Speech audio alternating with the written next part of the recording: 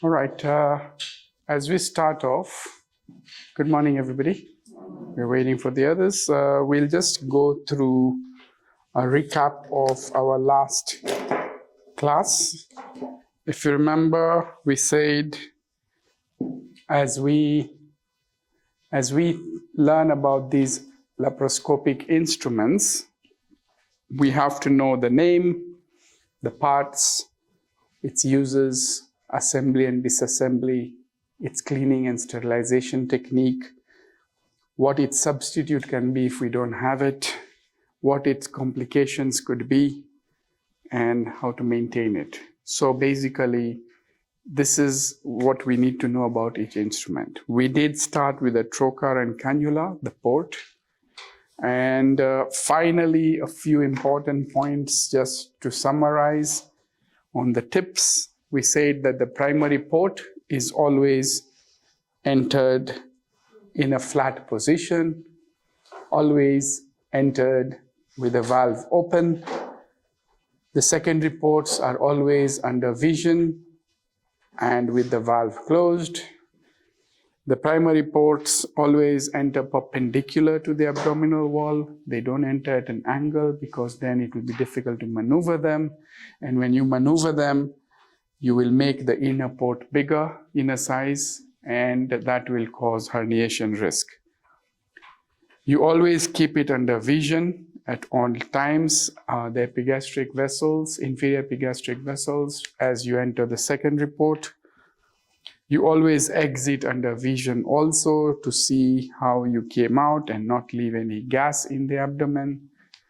And you always close any 10 millimeter or more sized port under direct vision and from the rectus sheath upwards. We discussed the entry site positions, primary and secondary. We also discussed the breakdown of each area of the valve. Now, also important, as you said, if you remember, there was this flap valve that we had talked about. So the flap valve, as you can see when you open it, right, that flap valve.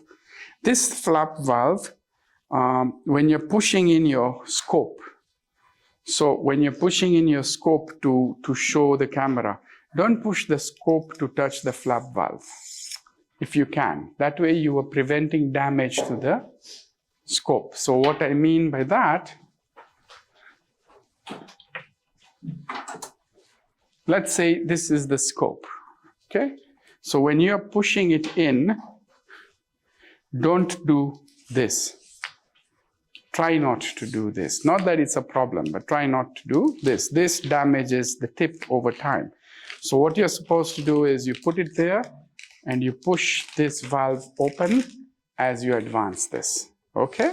So that two things will help you. One, you will not damage. Two, if there is some blood on the flap valve, you're not going to touch it with your scope every time you're going in and out and making it dirty, okay? So this is about the trocars. So that was another thing that we had said about the different things about the trocar and cannula or the port. We had also talked about these ports being closed by a port closure. So please understand that you don't close a big 10 millimeter port just on the skin. You make sure that you now take it from inside. So there are different small instruments. I'll show it to you the next time, the port closer. So this port closer are of different types. There's something called the suture passer, which we have here. Then there's something called the cobbler needle. Cobbler needle is actually the one that you would use. You would see some of these our shoemakers or cobblers use. You know, they would go this way, push it in, take a suture, come out like this, push it in. So that's a cobbler needle. So we have different ways of closing the large port defects. So very important that you close them under vision. Now, today, let's start off with the next bit of the class. We're going to start with the instrument called the Veress. So the Veress needle. Again, an instrument of access. So we are still discussing access. So an instrument of access means it's an instrument that is used to go into the patient. This instrument of access, called the Veress needle, is derived its name from Janos Veress. So he was a physician from Hungary. This physician was using or developed this for pleural effusion and pneumothorax. Okay, and now it is being used for pneumoperitoneum. How do you describe it? You have to describe it based on the length. So the length is divided into almost 4 sizes that are available. These are 8 centimeter, 10 centimeter, 12 centimeter, 20 centimeter. Okay. Then the diameter is around 2 millimeters, which is standard. It is called spring-loaded. So you can see when I do this, so there is a spring here that you can see when I push, it goes through. So the moment I push this on something strong, the spring goes back, and this needle, the needle comes out. This needle then pierces through the skin and the peritoneum. And as soon as it crosses the peritoneum, so you can see this, as soon as it crosses the peritoneum, like this, you will hear a click. And that's because that spring comes out and it protects the bowel from the sharp needle. So this is spring-loaded. It has 2 parts. It has the shaft and the stylet. So this is the shaft and the stylet. This is the spring-loaded mechanism. So these parts you have to understand and how they connect. So few things about Veress needle. Number 1, how would you want to use this? Before you use this syringe, before you use this, we always need, I need a syringe with some saline. Just check in there. So before you use this, you actually need to know its tests or checks. So always check patency, number 1. So because when you've used it the last time, maybe something got stuck here and you'll not be able to use it properly the next time. Make sense? So you check patency. After patency, you check the spring load mechanism. So you do that. Okay? You have to check that this spring springs out. Make sense? If it does not spring out, then that means even when it goes in, it will not spring out. Okay? So it could be a bit dangerous. It's defective. You have to be careful. So patency and spring out. Third thing, how do you hold it? You hold it like a dart over the shaft. So this one you don't hold like a gun. You don't hold like a pistol. You don't hold with this mechanism. You don't hold this part. You hold the shaft. Okay? So how do you hold this instrument? So just a syringe. And then we leave this here.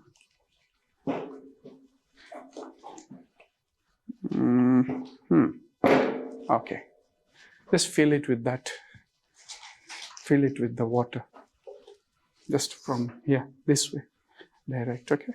So you hold it like a dart over the shaft. Agreed? Then, where to hold? So basically now, what do I mean? You could hold the shaft here, or I could go and hold the shaft here. Make sense? So again, just guides. These are not rules, these are guides. The guide is such that you want to make sure that this goes through the abdominal wall, perforates and clicks, but does not go all the way down to the aorta or the vena cava down there. all right? Because that's what this thing has been also found to do. If you're not careful and you just go tuk, you'll go and hit the vena cava or the aorta, okay? So you don't want to do that. So how do you get? A rough idea is, if you take a pinch of the abdominal wall, because for this you'll have to lift the abdominal wall. So if you take a pinch of the abdominal wall, and it is around 4 centimeters, add around 4 centimeters to that, so take around 8 centimeters roughly, and then hold it. So you'll have 4 centimeters of that, and your finger will reach where it's supposed to reach. It will not be so deep. Are we understanding? So if you hold shorter, you will not reach the bottom. You'll not go through. If you hold too far, you'll go too far in. Are we understanding? So roughly, that's a guide. Then another thing, what are the structures that you will go through with this on the abdominal wall? Anybody? The skin, right? Next. Subcutaneous tissue. Then? Really, guys? Abdominal wall?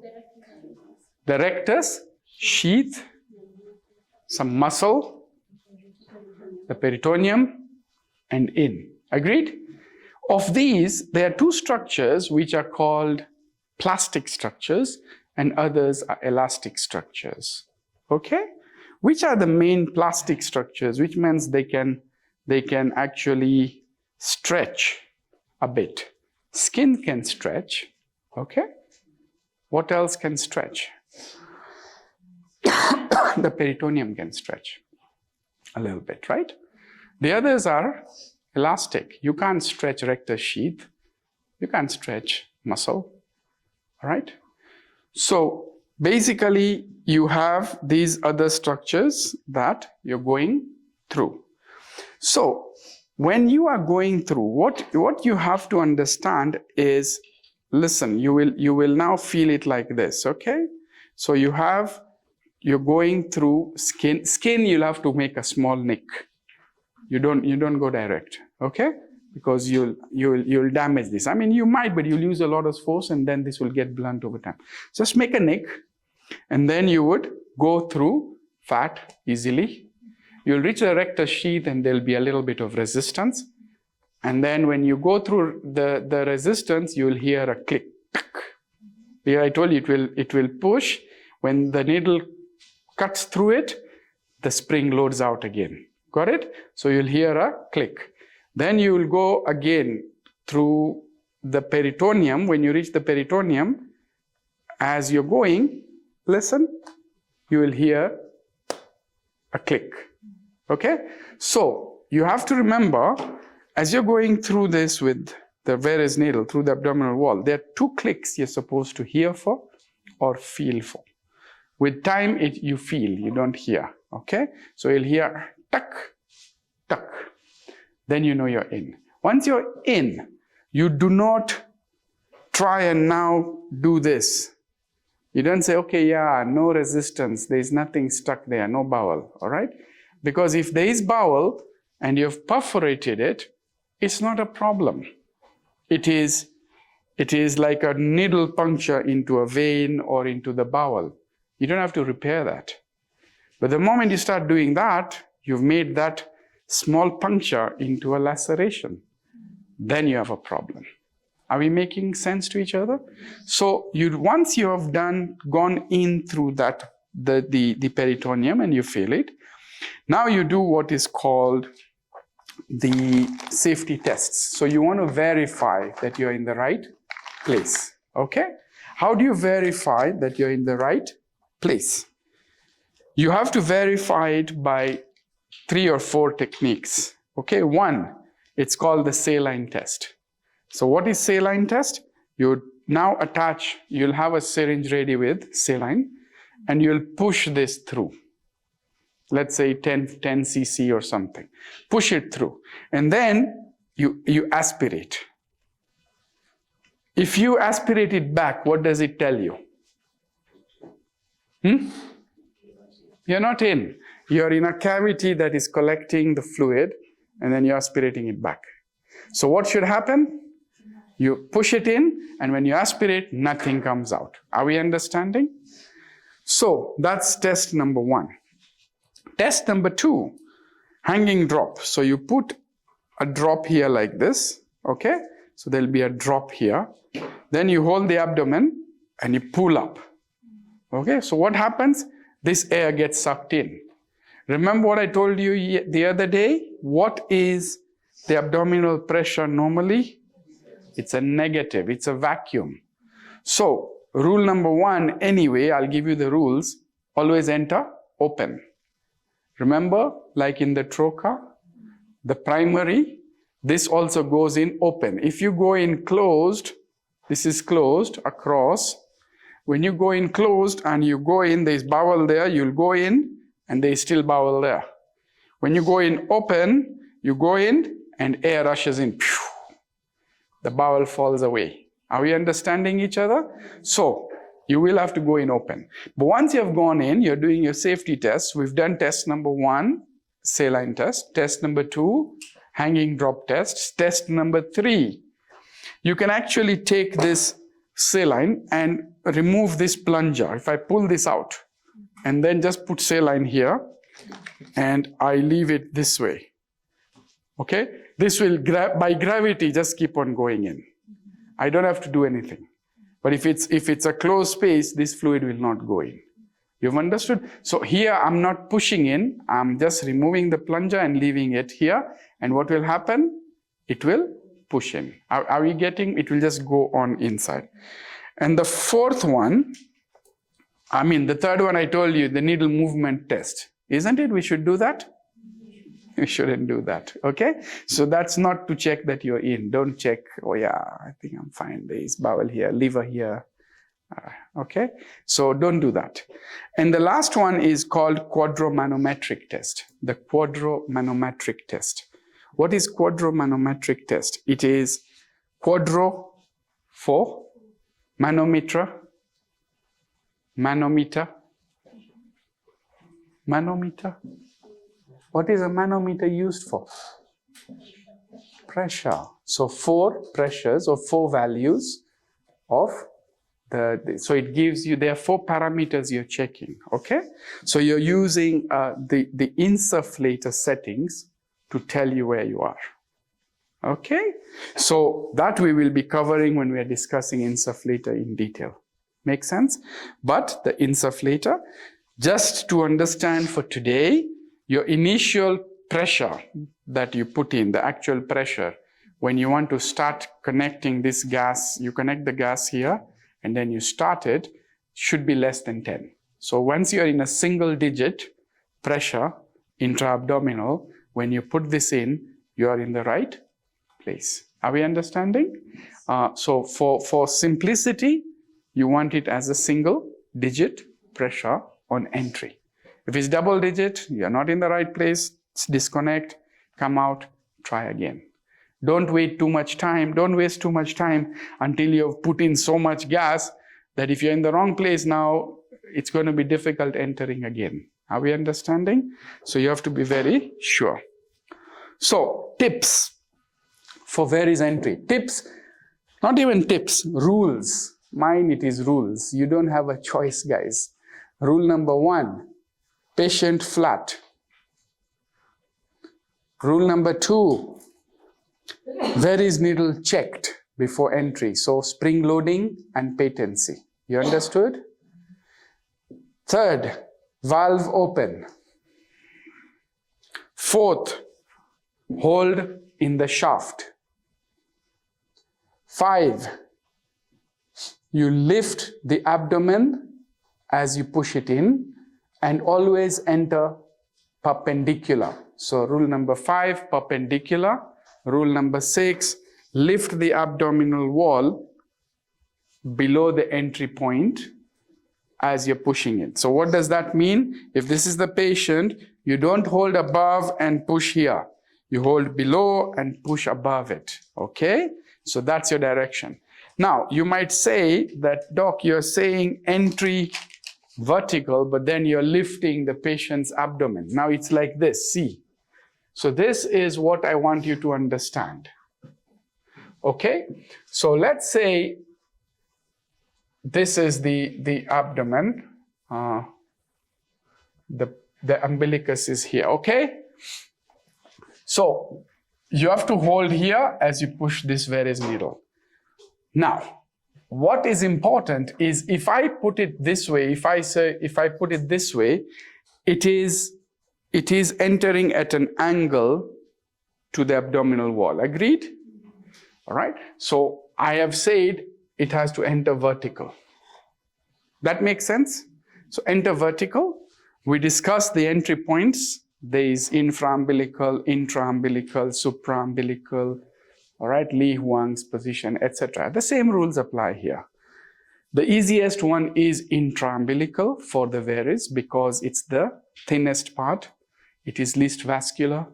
It is fused. There are different layers that are fused there. You get it? There is less chance of you going and getting stuck on the peritoneum or in the muscle. So it is easy to put in the intraumbilical position for this. But sometimes people have very deep umbilicuses. And when you have very deep umbilicus, you have to be careful because those deep umbilicuses are also dirty umbilicuses. All right? And it's very easy to get an infection there. So you have to be careful that if you're putting it in, then that is supposed to be cleaned very well. Otherwise, it will be a problem. Got it? So what I was saying is you enter perpendicular. Make sense? But then, if you enter in perpendicular, the aorta and the vena cava are just here. Right? So what I was meaning was you have to lift this abdomen up. So when you lift this abdomen up, make sense? This umbilicus is here. Make sense so far? This is now your direction of the needle. Make sense? This direction of the needle is now 45 degrees or so to the position of the patient. Make sense? But it is still 90 degrees to the skin. Are we getting each other, guys? Because I lifted it. So now I'm 90 degrees to the skin, but I'm 45 degrees to the patient. Are we getting it? So I am still saying the same rule. Enter perpendicular to the skin. I did not say perpendicular to the patient. Okay? Perpendicular to the skin. But when you've lifted it, you've understood. So you have this, and then you lift it like this. This is perpendicular to the skin. But now it's not perpendicular to the patient anymore. So your direction should be in this sacral hollow or to the anal verge. So for you to understand, when I have done this and I'm putting it, I am directing it perpendicular to the skin, 45 degrees sometimes to the patient, and I'm directing it to the sacral hollow. So I'm thinking where the sacral hollow is, or if the patient is lying flat, you know where the anal verge is, so roughly towards the anal verge. Are we understanding each other, guys? Now that is because you're trying to avoid this part here, guys. This part here is very dangerous. People have hit it very many times. And the vessels that are most commonly hit are the vena cava or the left common iliac vein. All right? Because the left common iliac vein is pulled a bit, we'll see it in anatomy, is pulled a bit to the center. You've understood? So these two vessels are very difficult, are very easy to hit if you're not careful. It's not that easy to hit the aorta. I'm not saying it's not been hit, it's been hit. All right? People love target practice. They love hitting those things. But what I'm saying is aorta is a bit difficult because it is thick-walled, and this needle, when it hits like this, it slides and then goes to the one side. And when it goes to one side, there is that soft, thin-walled vessel called the vena cava, which is lying there, and that's what it hits more often. Are we understanding? Because the aorta, it can do this and slide off. Okay? So, now, do my rules make sense, guys, so far? All right? And I'm telling you, if you follow these rules, you will be in the green. You break one of these rules, and I kid you not, you are asking for disaster someday. Okay? So this is what you're looking for. Next, you're listening for 2 clicks. We said that. These clicks are from which 2 structures? The rectus sheath and the peritoneum. So when you hear the peritoneum click, the second one, don't push it all the way in. Now you let it be there, connect, do your safety test, saline, hanging drop, plunger, or quadramanometric. Initial pressure should be single digit. You see what I'm saying? Simple things, all right? And once you're that way, now insufflate. Start insufflating slow first, between 1 to 3 liters per minute. So don't insufflate very quickly, okay? One, the various needles capacity is only 2.5 liters per minute max. So anyway, it's not going to take, even if you put 20, the pressure, the flow rate, it's not going to take it at 20. It's still going to maximum take it at 2.5 liters per minute. So start slow, between 1 and 3 liters per minute for distending the abdomen, okay? The reason is 2 things. One, you're giving the chest some time to, because it will start pushing the diaphragm up. So when you try and distend it, zoop, okay? You will see changes in the anesthesia machine, which the anesthetist may be a little uncomfortable with. So give them time and let it slowly distend. Second thing, understand, when you have put in around 200 to 300 cc, the initial 200 to 300 cc, you test for liver dullness. It's the first sign to go. All right? So you start auscultating the liver, and you'll say, yeah, liver dullness gone. I'm fine. Okay? Let it continue distending. What is the capacity of the abdominal cavity? The capacity is around 3 to 5 liters max, okay? So you distend this abdomen to around 3 to 5 liters in most patients, average build, and then it will have distended well enough, okay? You don't need to worry about the volume that has been used to give that distension, because you may have leakages, you may have whatever. But what is important is the pressure. So your pressure settings of the insufflator should be put at, operative pressure should be the ones deciding how you will work. So in a normal adult, okay, we use pressures of between 12 and 15 millimeters of mercury to operate. Operative pressures of 12 to 15 millimeters of mercury. In an obese patient, we may have to sometimes go up to 18.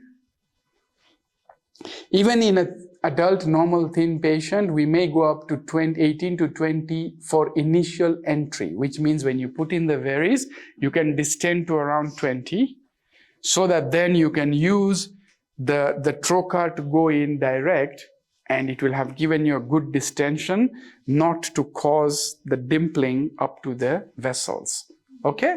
But that is now supposed to be brought down to 12 to 15 when you're operating. You don't operate at pressures above 15 in most situations. In an adolescent or a slightly elderly pediatric patient, you're working at pressures of between 10 and 12, okay?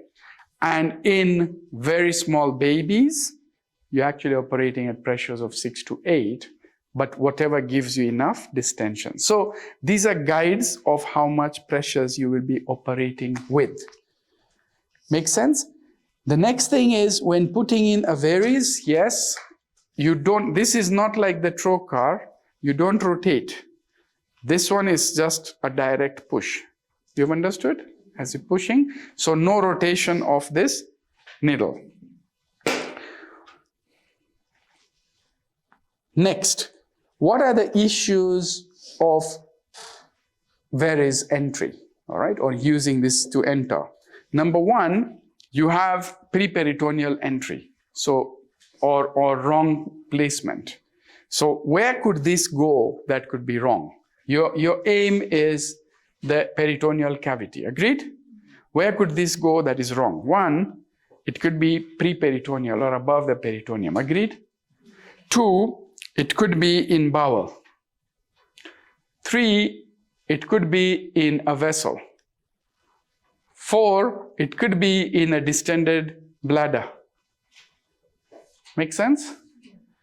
So you need to know how or where this is, okay? Just by checking those parameters, and I will guide you through the various settings of the quadromanometry to tell you where you are. Okay? Next. Yes, what are the complications? Those are the complications. The problem with the Veress entry or the Veress needle is 1. This is a blind procedure. It is the most dangerous, all right, step of any procedure, the entry. Why? Because it's the primary entry that is blind. Whether you do it by a direct trocar entry, whether you do it by a Veress entry, whether you do it by a Hassan's or open technique, the first entry is a blind procedure. And it is the one that is known to cause the maximum complications, okay? Especially if you're not alert or aware. So please understand that, okay? So we've discussed about that. We know what are the other uses of Veress. Well, I mean, in situation, people have also used this to do the port closure. It can be used to direct in and pull out and, the suture that you have placed in, okay? Next, let us move. So any questions so far on Veress needle? I think we've covered it pretty well. We've covered the port sites, the sites of entry. We've covered the complications. We've covered the safety tips. We've covered the exact technique and the rules of using this. The different entry techniques, obviously we have Veress entry. We have direct trocar entry, which means you use this trocar directly to go in without any gas insufflation first. I use the direct trocar entry. I've done so for the last 25 years. It's a matter of getting used to what you're comfortable with. It doesn't mean I cannot do a Veress needle entry today. I still can. And I have occasionally, very occasionally, used the Hassan's or open technique, which most surgeons, general surgeons prefer. So that's the blunt entry, okay? So they would dissect and they would open, they would put a stay suture on the rectus sheath, they would dissect, they would actually open it under vision, and then they will just take this blunt trocar and push it in like that. But again, it's a blunt procedure. Don't feel that it has any more safety over the other techniques. If the bowel is stuck there, whether you use that technique or whether you use the open or whether you use the Veress, your risk of bowel injury is still the same, okay? Actually, so there is no preference over the other. It's more of a choice, okay? The risk of failed entry is least with the direct trocar entry, the one I use. The Veress needle has high risk of those things. Vascular injury is higher with Veress as well, okay? So these are different techniques. Now we go to another instrument. So part of equipment, again, vision. So we go into the telescope, okay? So this is a telescope. So when we are describing telescopes, we need to understand a few things. Number one, we describe it based on the diameter, that is the size. We describe it based on the optical axis. And we describe these based on number of rod lengths in here, okay? So when you talk of size, we have different sizes, 1.5, 1.8, 2.9, 4, 10, 5, 12, etc. The commonest one are the 10 and the 5. Okay, but then the 4 millimeter is used in the resectoscope, the 2.9 is used in the hysteroscope, the 1.8 is used in the office hysteroscope, the 1.5 is used in the ureteroscope. So we have different scopes, got it? This is a rigid telescope. We also have some scopes that are flexible scopes, okay? The next thing you would go into is optical axis. So optical axis is the direction at which this camera is showing you.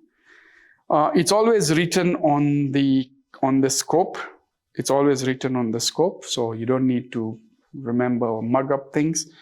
But the optical scope is, optical axis could be 0 degrees, could be 30 degrees, could be 45 degrees, could be 12 degrees, and there is some that go as far as 70 degrees, okay? So the common ones again, 0 and 30. 12 is used in the resectoscope. 12 is used in the resectoscope. We'll go into those details when we're covering hysteroscopy. So we have optical axis, we have size. The larger the size, the more the brightness and the better the resolution, okay? Then we have number of rod lengths. So when you see here, it's written 30 degrees, Hopkins, it is written autoclavable, it is written HD. So different things are written on it. That's to tell you about this scope. So the number of rod lengths, so there is something called rod lenses, which are prisms in here. And we have this described by Harold Hopkins, who was a British biophysicist in 1952. So he brought in the rod lens system, okay?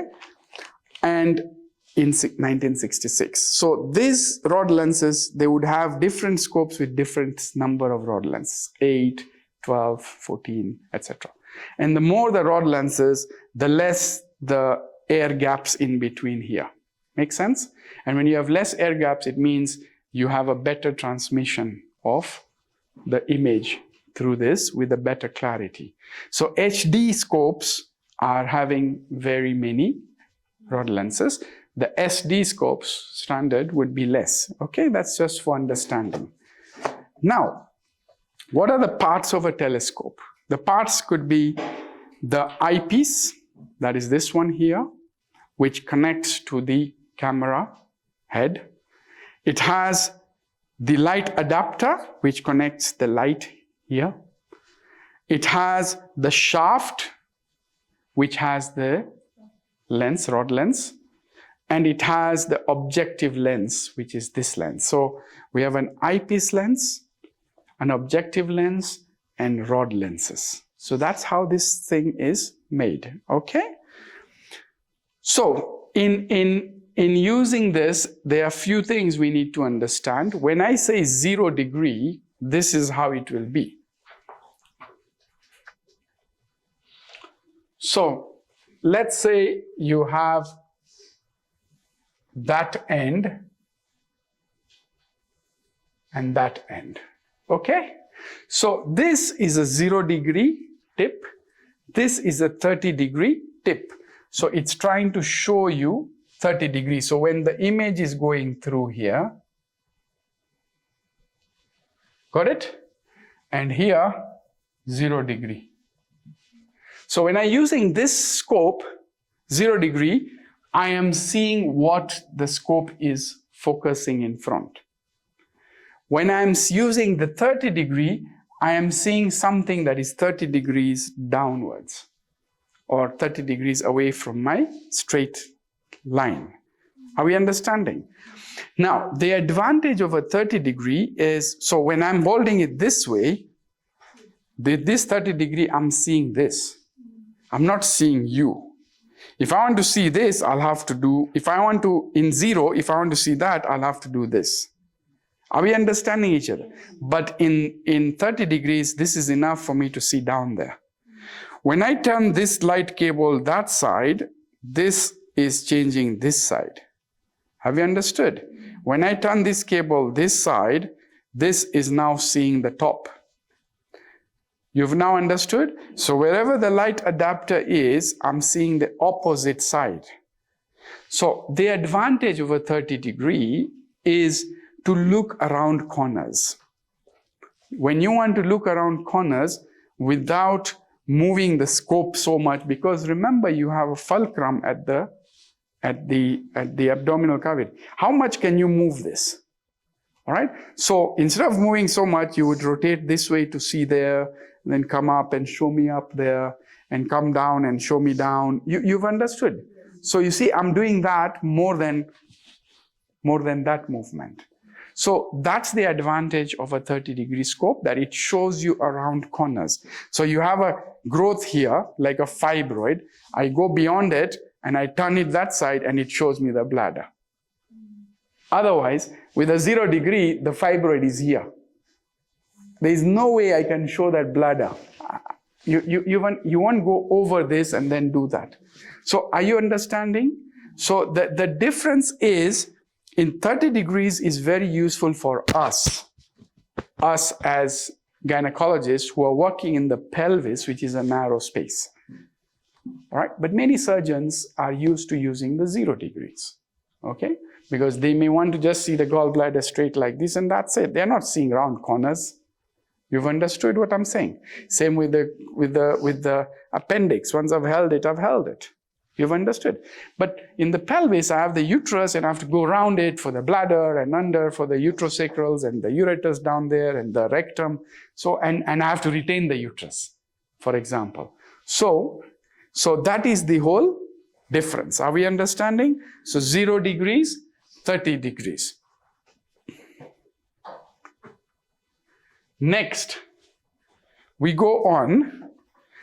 Yes, sometimes, even in a 0 degrees, by the way, okay, just for understanding, you see, it will not change the view whether you hold it this way or this way or this way or this way. The view is going to be the same. Are we understanding that? But how would you still want to usually preferably hold it? You still hold it, if you use 0, with the light cable on top, not this way, okay? Not because it's going to change the view, but there is something that will change. How many of you have phones? All of you. How many of you have phones with cameras? All of you. How many of you have phones with a camera light at the bottom of the phone? Have you look at your camera? I mean, seriously, you guys are actually looking at your camera? You don't know the answer to that? This is the phone. How many have the camera here and the light here? So, do you know what I'm saying? So even though it's not going to change the view, you want the light to come. You see, the light is coming from the top. So you want the light to still come from the top. It's just how our brain functions. We don't have something lighting it up from the bottom. Are we getting my point? So even in a 0 degree, the light is at the top of this, and then you have the camera like this. You've understood? So that's the best way you want it. Not because if I change this scope to the bottom, I'm seeing an upside down U. I'll still see a straight U because it's 0 degrees. In a 30 degrees, I cannot afford to do that. The moment I change anything, the view changes. You've understood? So what I'm trying to tell you is that you still want to do it that way. Secondly, when you have it down, remember this patient's abdomen is here. So when you do it down, the other thing is this cable will now be bent. It will be touching the patient's abdominal wall. Again, the cable is likely to be damaged when that light adapter is down with the cable down there. So for those two reasons, you still preferably want the cable on top as much as possible. Understood? Not because it's going to change your view much, but because you want the light to focus on that item from above, okay? Not try to light it from below. And because you don't want to damage the light cable. Are we clear on that? Right. So you see what I was saying is if this connects down, you see this? This will be bent like this because the patient is here. You see, you'll break this. So you want it up. You've understood? So it's a bit easier to manage. Okay, so you don't want to damage these cables because we'll discuss about the cables. One of the things about the cable is how to handle the cable. Then you obviously have to prevent fogging. Many times, those of you who have held the camera or assisted, you'll realize on and off sometimes it fogs or it becomes dirty. If it becomes dirty, you have no choice but to clean it because you can't operate when you can't see. These are things I've mentioned and they should stick, okay? So how do you prevent fogging? Why does it fog? All right? How many times have you been in a car when it's raining outside and it's cold and you're inside? And let's say there are 4 of you sitting, you're going for a party. When there are 4 of you and all breathing in that car, what happens to the windows? Fogs up, right? So how do you have to get rid of it? You either open the windows kidogo, air comes in and balances the temperatures, right? Or you put on the heater or the AC to circulate it. But you get what I'm trying to tell you. Now, why does it happen? Outside cold, inside warm. Okay? So when the scope goes in and you have the intra-abdominal temperatures that are warm because it's 37 degrees, but your scope is cold, it will fog immediately. So what do? Warm the scope. That's one option. Dip it in hot water that is sterile and warm it and then go back in. And it will fog less. Then there is an anti-fog solution that's available. For those people who drive Mercedeses, that's fine. Otherwise, I mean, not everyone can afford that. And the third one is avoid air leaks. So when you have valves, remember I talked about valves here, valves everywhere, right? Try avoiding leaks. When you have leakages, it's constantly leaking, so the area starts becoming cold again. It cools your scope faster, understood? When it cools the scope, again, you start fogging. You've understood? Yes. Good. So this is about the telescope. Any questions so far? What time is it? So then we have the video camera head. Those ones I'll demonstrate in theater. So I'll go to the theater ones and demonstrate here. We have the light source. We'll have the light cable. I'll demonstrate because I have to show something there. The monitor, the insufflator with the gas. So that's where we'll discuss about the settings. Now let's go to hand instruments. Okay, so I'm doing this here because those are very important parts, but they might need to be done in theater. Okay, so maybe the next visit, I will be in theater and we will demonstrate directly from here and we'll be communicating. Clear? Good. Yes?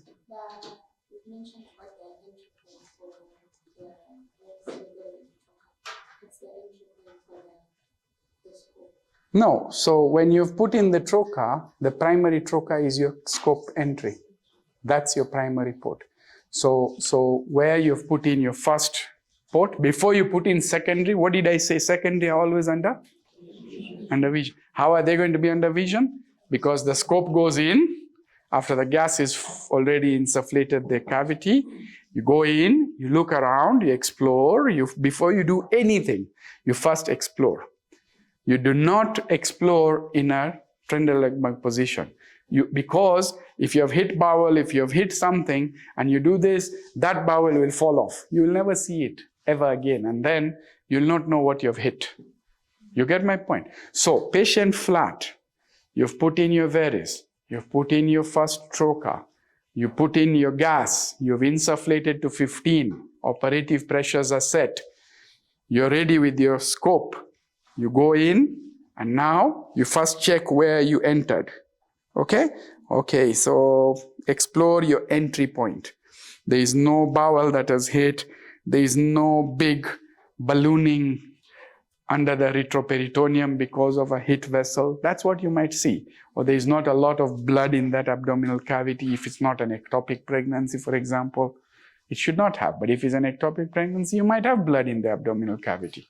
You've understood? Because she was bleeding.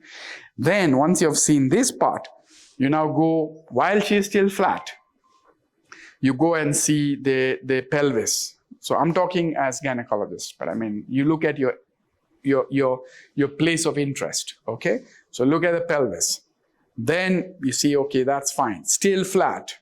Then you go, appendix, bowel, okay, a few adhesions there, right? Then you go up, the right paracolic gutter. You go up, the liver, the gallbladder, push in, diaphragm, okay, I'm still seeing, come out, falciform ligament. This side, okay, stomach, I'm seeing the spleen. You shouldn't see it. If it's seen it, then you know it's a splenomegaly. Go around, okay, the left paracolic gutter, splenic flexure up there, going down, down, down, all right? The sigmoid colon, it's adhesions to the wall because that's a normal, back to the pelvis, okay? Now, once you have done that initial inspection, only then are you allowed to do a Trendelenburg position. Guys, these are rules. I've done them for 25 years. Please don't think you are any different. Don't take shortcuts, okay? I don't care what you see other people do. You have come to me for classes. I'm giving you guidelines. You will follow guidelines. Are we clear? So, not allowed. I've done over 5,000 procedures. Yes, I've not hit a vessel. I've not hit a bowel. There must be a reason why. So guys, these are rules. You do not break them. Are we clear? Good. Once you have done this initial inspection, you now do head low, and you enter the secondary ones under head low. Why? Because when they are flat, now all this bowel is still in the pelvic area. Okay? So you don't have space. I mean, you're doing it under vision, it's fine, but you don't have space because there's a lot of bowel. But when you do head low, this bowel moves off a little bit. Now you have space, okay, to put in your secondary ports. Are we clear so far? Yes. I hope that answers your question. Good.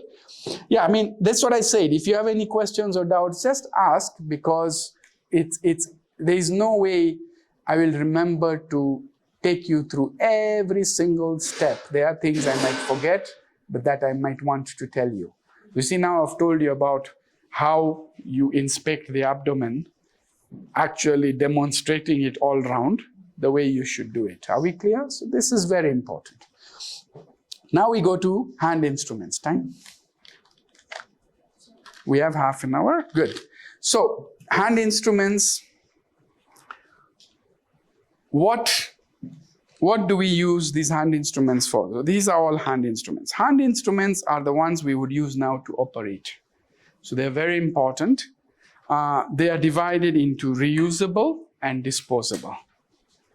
The most common ones we always work with are reusable because they are economical. I mean, if you have to open a new scissors and open a new Maryland graspers and a new every time, it's not going to work, okay? So you want to use reusable instruments, not disposable instruments, but there are centers where they use disposable set every time. That becomes very expensive, but yes, I mean, it's an option, okay? What is an ideal instrument, laparoscopic instrument? It should be easy to assemble and disassemble. It should be sometimes having some interchangeable parts between similar instruments so that you don't have to have one instrument that has parts that can never mix with a second instrument. All right? Because that way then you'll have so many instruments, and secondly, when you disassemble and assemble them, You'll have to now sit down with a jumble box and think, this sheath belonged to this instrument and this handle. And this sheath belonged to this instrument. Imagine that kind of a scenario, because they are not matching each other. You're going to be in a problem. So when you buy instruments and you're buying 2 instruments from this company and 1 from here and 1 from here, you have a problem. I'm not saying don't do it, but then you have a problem, because you'll have to figure out which sheet belongs to which instrument. Are you getting it? So sometimes buying a set that is from one company makes better sense than to keep on interchanging. I mean, even me, I have 3 or 4 different types of instrument sets here, but I keep them as sets. You get it? So it's one company, one set packed separately, one company. So I know how to mix and match them among that company. You've understood? I don't mix this company with this company instruments. Then it will be difficult to use, okay? The third one, it should be easy to clean and sterilize. And obviously, when I say sterilize, preferably it should be autoclavable. So the material should be high quality, that is autoclavable. It should have a simple design with minimal joints and hinges. So you don't want to have too many joints. It should be insulated well. And it should have a good rotatory capacity at the tip. So you see, it should be able to rotate at the tip nicely and easily. The mechanism should be something that's easy. You can hear me trying to rotate this instrument, because there are times you'll have to cut this way and then this way and then this way. So you have to be able to rotate it, okay? The instruments are available in different sizes. So lengthwise, they are available as a 20 centimeter for pediatric. We have a 28, a 36, and a 45 for bariatric. The commonest is 36, which is this one. So this is the standard 36 centimeter instrument, okay? The diameter, you have a 3 millimeter, you have a 5 millimeter, you have a 10 millimeter instrument, okay? So those are common instruments. We even have some that go up to 15 millimeter, all right? So the common ones are again 5 and 10, that's for us, but pediatrics use the 3, okay?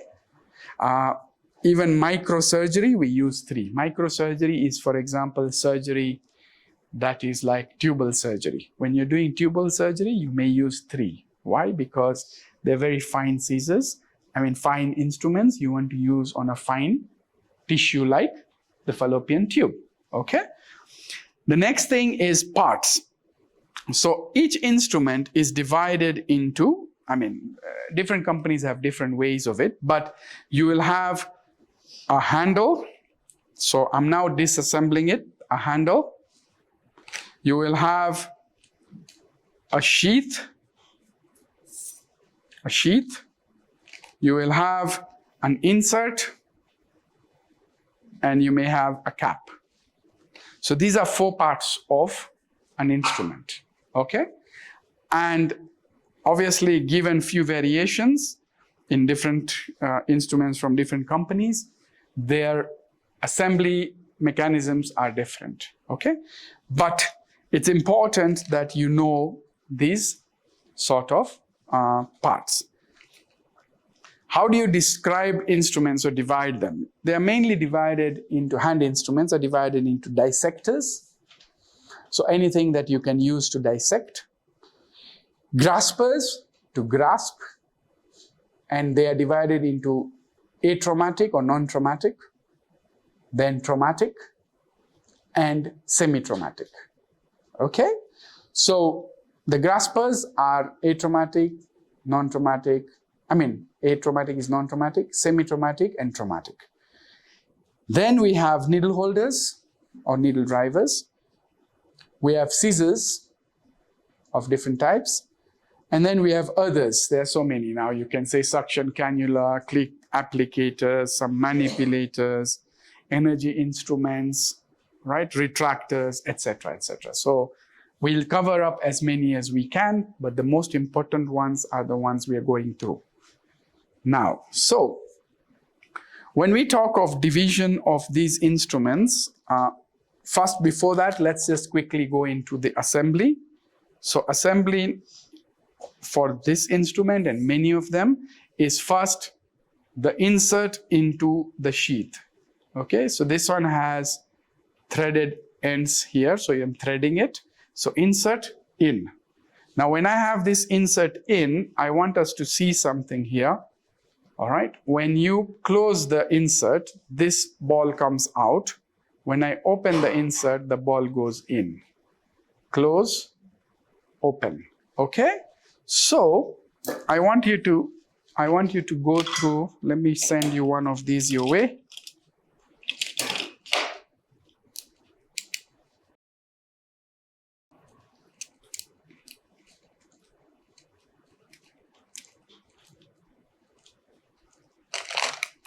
All right, so all I want you to see is what happens to the ball when you open the jaw and close the jaw, okay? So pass it round.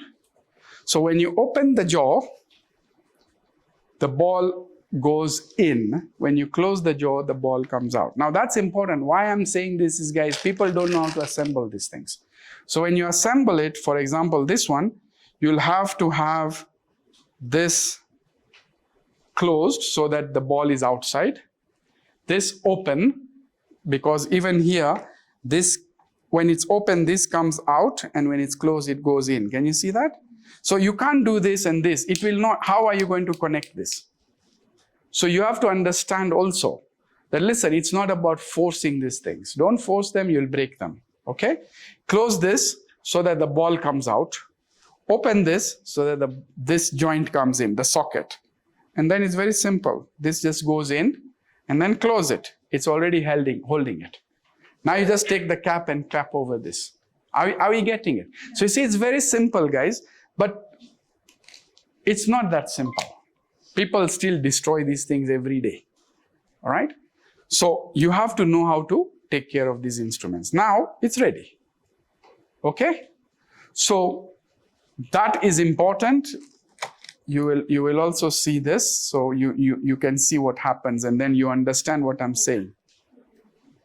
Pardon?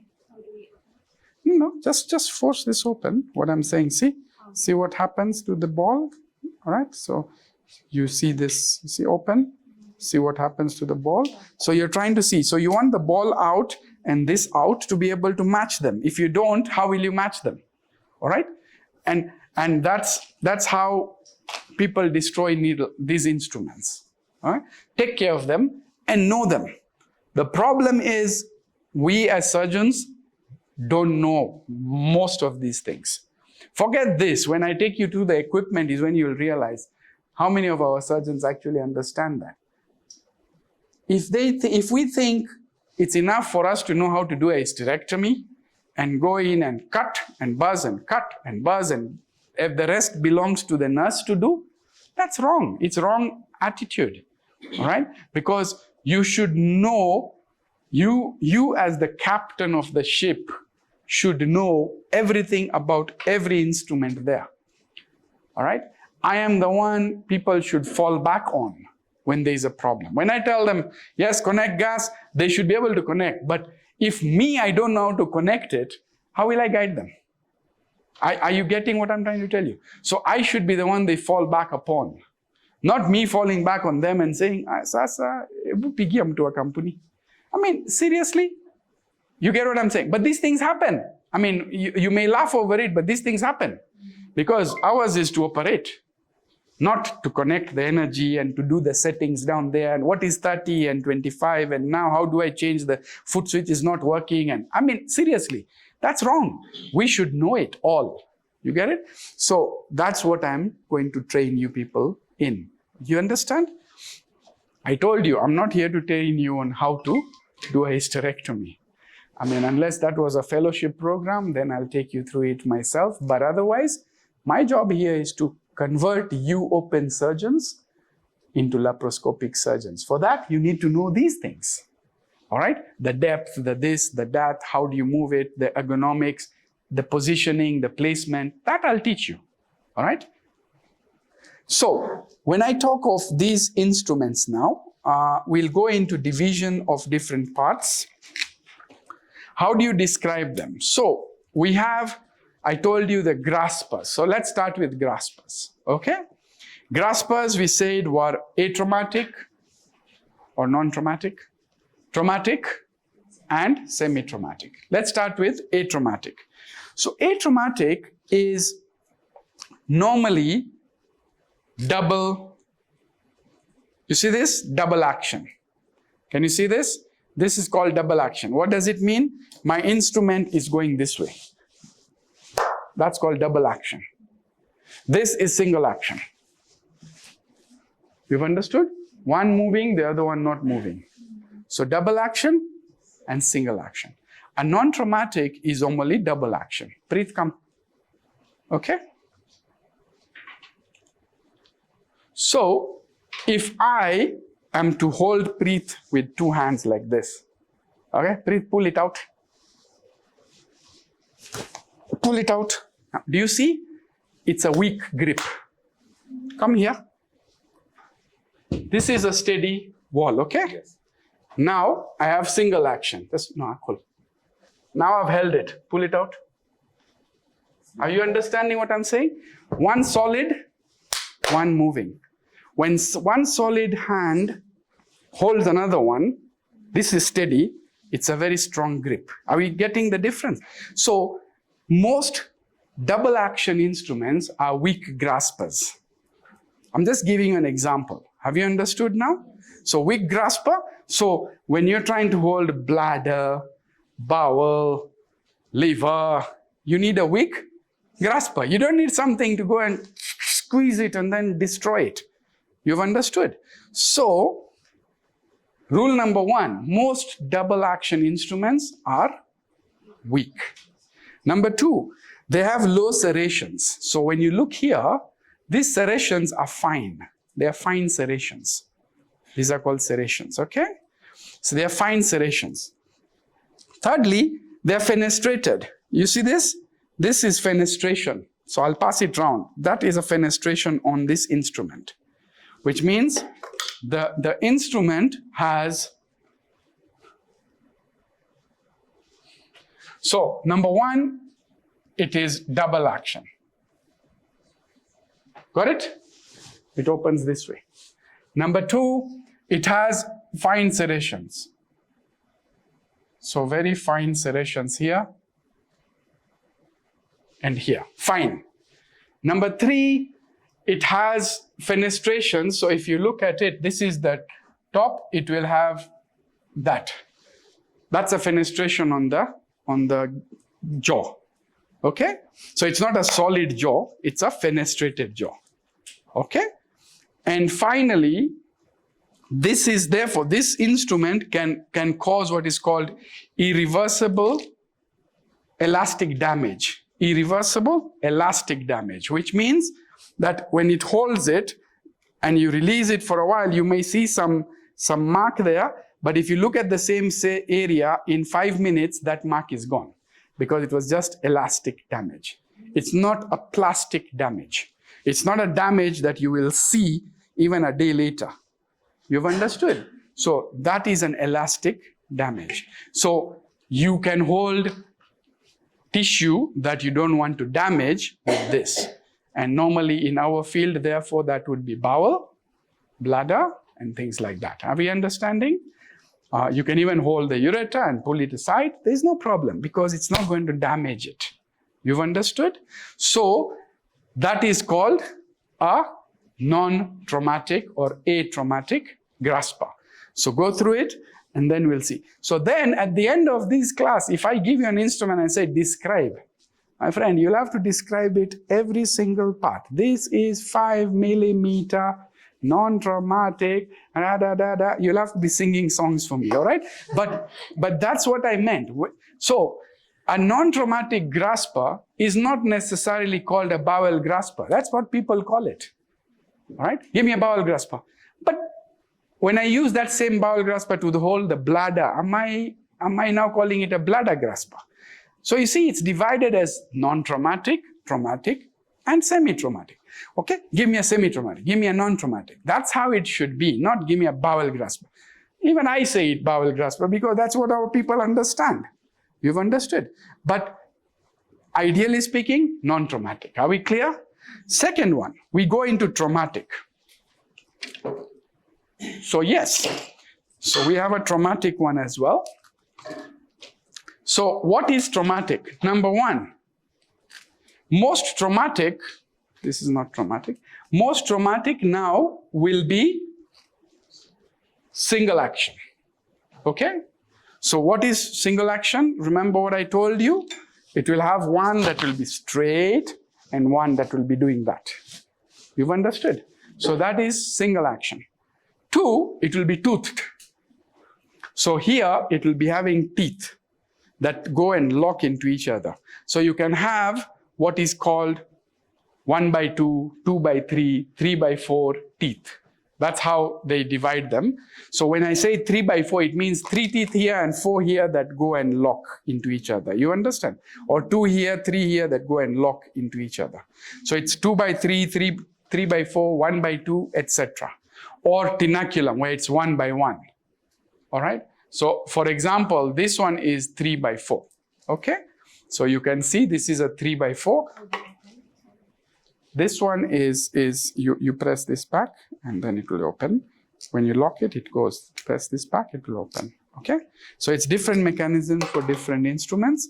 So basically, toothed, mostly single action. They could be double action, like a tenaculum will be double action, but mostly single action. Then if they have serrations, they will be very thick serrations. Okay? And they'll be not, usually they'll not be fenestrated. There'll not be fenestration on that instrument. It will be a solid instrument. And this tissue, this grasper that is traumatic will puncture the tissue.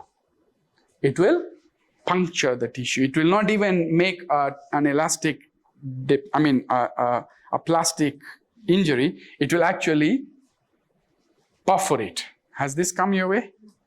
Pass it behind. So it will puncture. So you only use it to hold a tissue that you might want to remove. Okay? So if you want to hold a fibroid because you're doing a myomectomy, that's fine. All right? But you don't hold it on tissue, use it to hold tissue that you want to retain. Otherwise, you've punctured it and it will start bleeding. You will have damaged, okay? Then you have the semi-traumatic, which is in between the two. So they do have serrations. They are a bit deep. They do have, they could have single or double action. They could be fenestrated or non-fenestrated. And they can cause a plastic deformity, which means they cause a little bit of a long-term deformity. So you can use it for the uterus and things like that, or even the ovary, but you're not removing it, but you can at least get a good grip. So for that one, you can use it for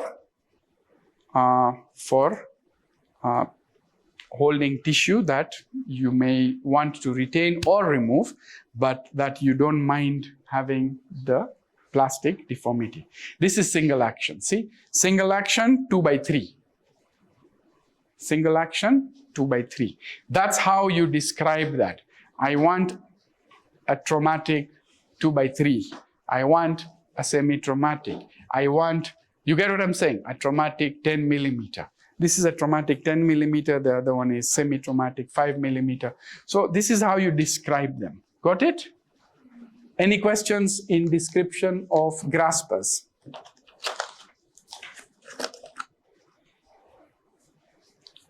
Any questions in description of graspers?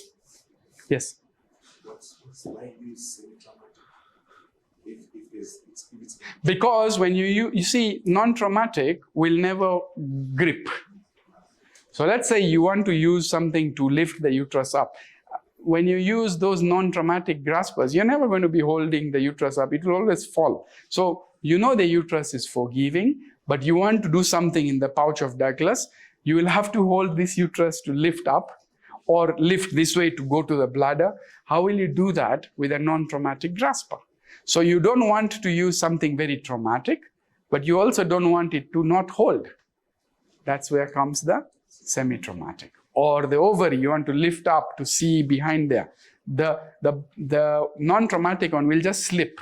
Every time you're doing this, it will slip, okay? So yes, with experience, I could hold the ovary and flip it with a non-traumatic, okay? But in most people's hands, those organs are very slippery, apparently. Don't laugh, people are laughing. They're very slippery. And then they say, but doc, I held it, it slipped. I held it, it's slipping. Me, I'm wondering, but it never slips with me, all right? So I thought maybe it's very slippery with some people, all right? But that comes with experience. So you see, now with me, I hold it with a non-traumatic and lift it, I'll still lift it. You've understood. But it's not going to be that easy initially, guys. Clear?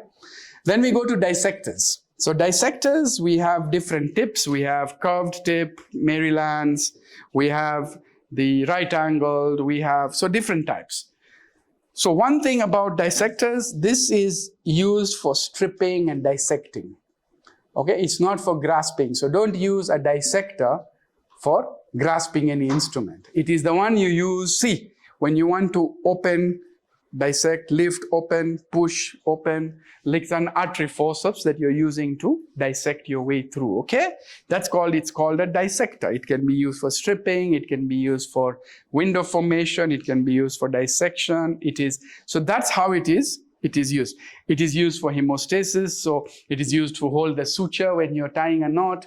So hemostasis is a bleeder, you go and grasp with that, you get it. So that's what it is used for. Are we clear? So that is called a dissector. So I'll show you a dissector. So this is a dissector. Now one more thing, guys. All these have handles. And some of these handles have ratchets, some of these handles have no ratchets. Okay? So what do I mean by that? See, this handle has no ratchet, which means I can't lock this instrument. You've understood? Show me the other one. This has a ratchet. Okay, can you see this? Which means now if it's open, but when I do this, see, I can't open it unless I open this first. So this is with a ratchet. So rules, any grasper should always be with a ratchet. Grasper with a ratchet. Grasper does what? Grasps. Hold. When you hold, you want to lock and hold. Otherwise, you will have to press all the time to hold. And when you press all the time to hold, after 5 minutes, your fingers will be very tired. All right? So you only grasp with a ratchet. So you ratchet it, lock it, and grasp it. Then you can be free to move it just the way you want, just like this, okay? But you've locked it. Are we understanding? Dissectors should never have a ratchet. You can't dissect with a ratchet, okay? Every time you're trying to do this, it locks and opens and locks and how? So a dissector, that one, has no ratchet. A scissors cannot have a ratchet. How do you cut with a ratchet when you're cutting scissors? Yeah. Making sense? So those ones cannot have ratchets. So again, your team should be trained on which instrument should be with a ratchet, which instrument should be without a ratchet. So this is a scissors, for example, okay? So you are now understanding the basics of instruments. That these are how they are called, this is how they are described, this is how they are used, this is how they are assembled, and this is how one should have a ratchet, one should not have a ratchet. That should be common sense after some time. So you will see people give you sometimes a dissector with a ratchet. I'm telling you, I mean, I get very pissed off in that. Because I mean, like, you should have that much common sense to know that this is a dissector that I'm going to use to open instrument like this. You can't give me with a ratchet. Are we clear? Great. How to hold the instrument? So when you are talking of holding an instrument, you're talking of two ways. You have an in-grip. This is in-grip, and you have an over-grip. In-grip, my two fingers are inside. Okay? Over-grip. This is inside, but this is on the thumb, on the palm, or palm grip. All right? Over grip or palm grip, in grip. Palm grip, in grip. Are we understanding? In grip will actually be very tiring after some time. So you have to understand that when you are using it, let's say for grasping and lifting something or traction, don't do in grip. You do this, lock the ratchet, then bring out, and now hold like this. You'll not get tired. Are we understanding? You can't hold for 15 minutes with your thumb here. You'll have a lot of pain here, guys. All right?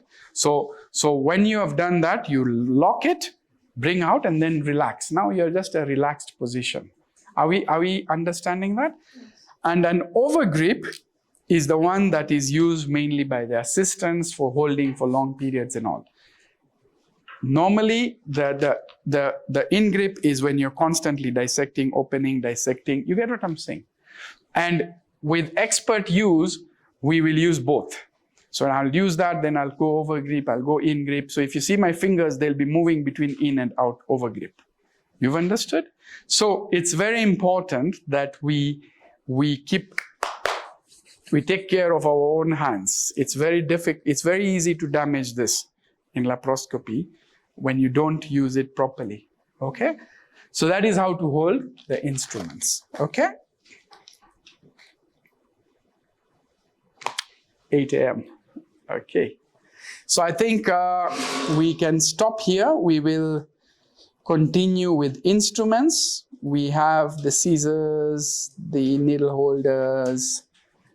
So I'll take you through some of these regular instruments, not all of them. It's impossible to go through all of them. And then we'll discuss from there. And then we will move to the other equipment in theater. And once we have all that, then we move on to the other topics now. Clear? Like energy, ergonomics, anatomy, and things like that. Clear? Any questions so far, guys?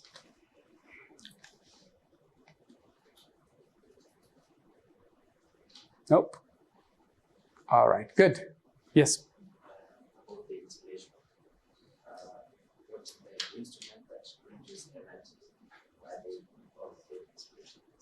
Because these sheets could be interchanged. So what if you put in an instrument? You see, even though we don't use energy, it's not a bipolar, but can you see all these handles have this thing here? This white thing. What is it for? It's not a lightning pole, all right? It's not a building lightning at pole, but this is for monopolar. So you can actually use any of these instruments that have this thing here for monopolar, okay?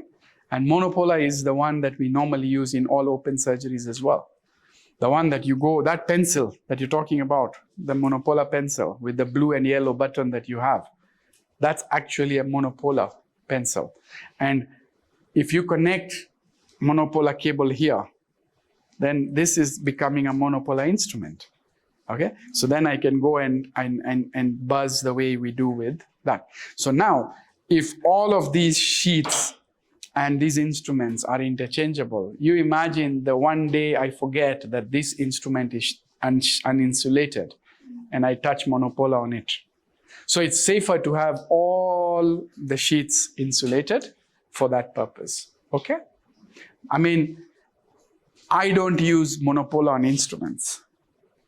The one we use, the monopolar hook, I use monopolar on the hook, but I could use it on a scissors. I could use it on any of these instruments. So I don't use it. That's why probably you're asking me the question, because You haven't seen me do it. But these handles all have the ability to do monopolar. Are we clear? Good. Any other questions? But that's a good question because you have to think also that, frankly, why are they all insulated when we have never used energy on this instrument, right? Any other questions? You see, when you ask questions, guys, is when I think some of these things will be clarified, because you have to understand it's impossible for me to give you all the information that you need. There are some that will still remain as queries in your head. If you don't bring them out, it goes outside the window. We don't discuss it, and therefore you forget it. Okay. Although, as I've said, we are not yet done with the instruments, because once I'm done with describing them and explaining to you about them, I'll now go into the things to be done on the instrument. All right. How do we check it? What do we check? How do we clean it? How do we, some basics things. Okay. All right. Thank you. Have a good day.